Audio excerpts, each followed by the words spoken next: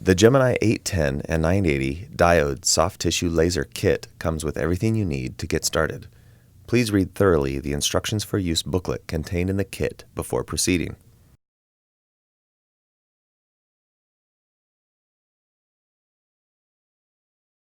As you unpack, make certain you have all the contents necessary for operation. Inside the box, you will find the warranty card, instructions for use, laser unit and handpiece, foot pedal, 3 sets of protective eyewear, power supply, and tips. Please read the IFU thoroughly as it contains critical information related to this device.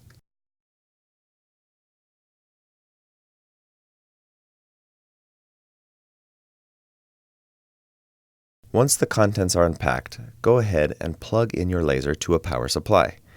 Note that nothing will be displayed indicating power to the unit. Place the foot pedal on the floor and open the box of tips. Take one tip from the bag and remove the small plastic protector from the proximal end. Be careful not to touch this area with your fingers as any contaminant could interfere with the laser. Gently screw on the tip to the metal handpiece. Take the black bending tool and align with the tip. Turn the tip until it reaches approximately a 90-degree angle. You will notice that the tip is pre-initiated and ready for use. If the procedure you are performing does not require an initiated tip, wipe the tip with alcohol and a clean gauze to remove the pigment from the tip. Take care in handling the laser unit and only carry it by the base pedestal. Press the on-off button in the front right-hand corner to turn on the laser. It will immediately ask for a passcode.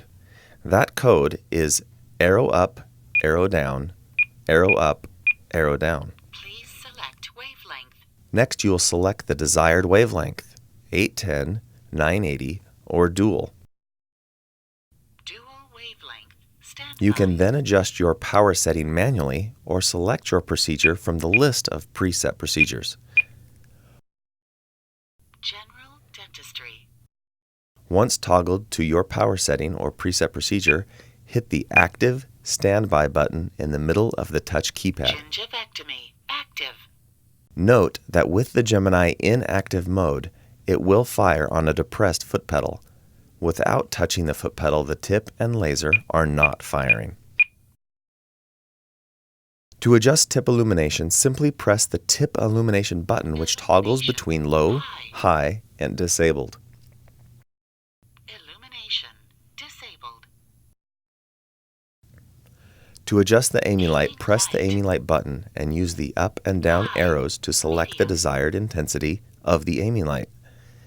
Please note that the aiming light is not the laser. It is an additional LED light that helps the operator direct the tip to the desired location. The sound button also allows the user to arrow up or down based on the preferred sound output. Medium, low, off.